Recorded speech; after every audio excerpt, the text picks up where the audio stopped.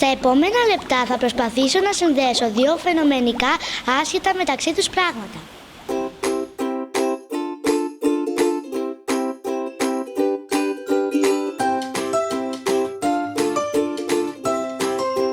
Στο μάθημα της φυσικής, την τελευταία ώρα, μιλώντας για τον μικρό κόσμο, μάθαμε πως κάθε τι στον κόσμο αποτελείται από πολύ μικρά σωματίδια που ονομάζονται μόρια.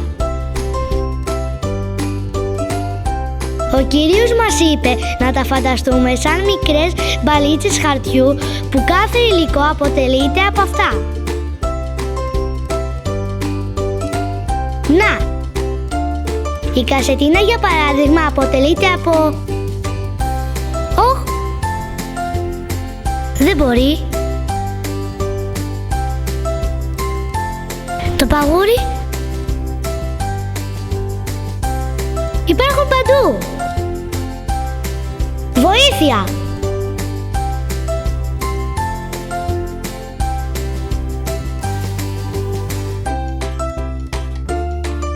Μάλλον ήταν η φαντασία μου. Πάντως, μοιάζουν με μικρές τελίτσες που κινούνται και ανάλογα με την κίνησή τους καθορίζουν τη φύση ενός σώματος. Αν μπορούσαμε να τα δούμε, θα βλέπαμε μια τάξη γεμάτη παιδιά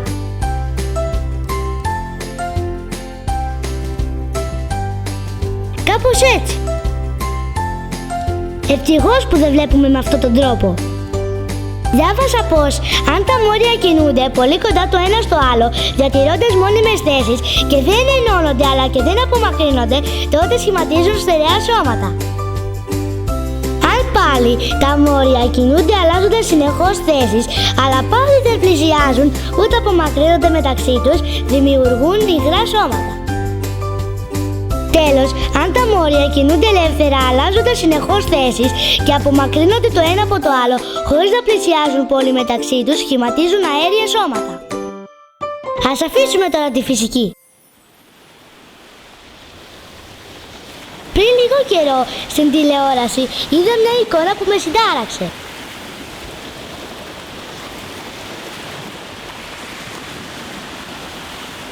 Άνθρωποι, λέει, μπήκαν σε μια βάρκα η οποία βούλιαξε από το βάρος. Ήταν πρόσφυγες, λέει, από τη Συρία. Στην τηλεόραση μίλησαν διάφοροι και είπαν πολλά. Ένας είπε αυτό. Για να ρωτήσουμε κάποιους περαστικούς τι γνώμη έχουν για τους πρόσφυγες που έρχονται στην Ελλάδα. Εσείς, κυρία μου, τι γνώμη έχετε για τους πρόσφυγες? Τι να σου πω, κουπέλα μου, εγώ δεν ασχολούμαι με αυτά τα πράγματα, έχουμε τα δικά μας προβλήματα. Μάλιστα. Ένας άλλος αυτό. Εσείς, κυρία μου.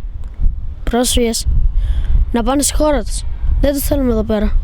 Και ένας τρίτος αυτό. Κοιτάξτε, εμένα ο παππούς μου ήταν πρόσφυγας από τη Σμύρνη το 1922. Αυτός ο τρίτος μου θύμισε ένα πρόσφατο μάθημα που είχαμε στη γλώσσα.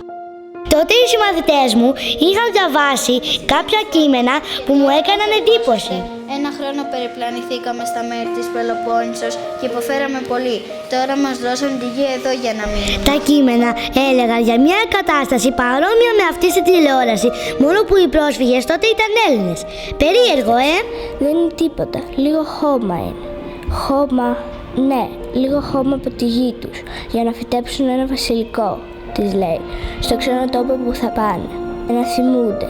Σίγουρα δεν θα ήθελα να περάσω αυτά που πέρασαν οι προγονείς μου. Ξάφνου, μες στη γενική χαρά ακούστηκε μια φωνή και ύστερα πολλές μαζί.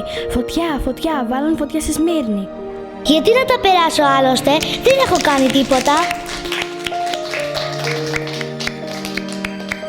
Γιατί, μήπως αυτοί είχαν κάνει? Και εκεί συνειδητοποίησα ότι έχω χρέος να βοηθήσω τους πρόσφυγες. Γιατί? Γιατί ο πόλεμος δεν κάνει διακρίσεις. Δεν σε ρωτάει. Γιατί κι εγώ μπορεί να βρεθώ στην ίδια θέση. Γιατί κι εγώ ήμουν στην ίδια θέση. Γιατί δεν μ' αρέσουν τα παιδιά χωρίς χαμόγελο.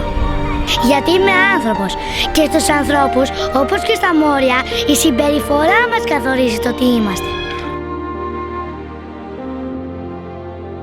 Γιατί η προσφορά, Ο σεβασμός, η αγάπη, η αλληλεγγύη και η ανθρωπιά. Είναι στα μόρια μας. Είναι στα μόρια μας.